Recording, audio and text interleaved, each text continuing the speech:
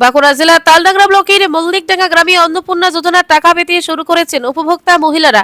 আজ ব্যাংক অ্যাকাউন্টে টাকা জমা পড়ার বার্তা পাওয়ার পর থেকেই খুশির আবহ দেখা যায় গ্রাম জুড়ে। মহিলাদের দাবি, বর্তমান সময়ে সংসারে খরচ সামলাতেই আর্থিক সহায়তা যথেষ্ট উপকারী হবে।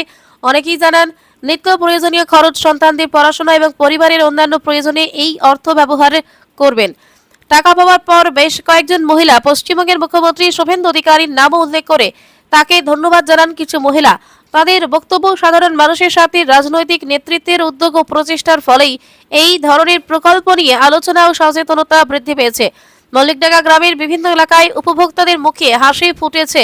প্রকল্পের টাকা হাতে পেয়ে অনেকেই সন্তোষ প্রকাশ করেছেন এবং ভবিষ্যতেও এই ধরনের জনকল্যাণমূলক উদ্যোগ অব্যাহত থাকার আশা ব্যক্ত করেছেন। পিস নিউজ বাংলার ক্যামেরায় ধরা পড়ল সেই আনন্দের মুহূর্ত, যেখানে উপভোক্তারা তাদের প্রতিক্রিয়া জানালেন এবং প্রকল্পের সুবিধা পাওয়ার অভিজ্ঞতা তুলে ধরলেন। বাঁকুড়া তালডাংরা থেকে ননিমান মল্লিকের রিপোর্ট, পিস নিউজ বাংলা। মাননীয় মুখ্যমন্ত্রী শুভেন্দু অধিকারী মহাশয় ভোটের আগে যে প্রতিশ্রুতি দিয়েছিলেন, অন্নপূর্ণা ভাণ্ডার ৩,০০০ টাকা করে দিবেন, সেই প্রতিশ্রুতি কথাটা রেখেছেন।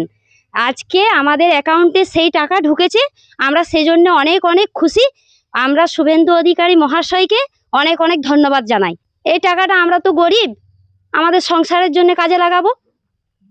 ৩,০০০ টাকা করে ডকুমেন্টস জমা দিয়েছি, আমাদের অ্যাকাউন্টে ৩,০০০ টাকা ঢুকে গেছে। আমরা এর জন্য কোনো ভয় করি না, আমরা কোনো গুজবেও কান দিই না। আমি বলবো যে সবাই দেন, এই লক্ষ্মীর ভাণ্ডার অনেকে করে খেয়েছে নাকি, তাহলে সেজন্য ওই জন্য ভয় করছে, কিন্তু ভয়ের কোনো কারণ নেই। আমরা ডকুমেন্টস দিয়েছি, আপনারাও দেন। আমার নাম জ্যোৎস্না বিবি। পিস নিউজ বাংলা, সত্যের পক্ষে, শান্তির পথে।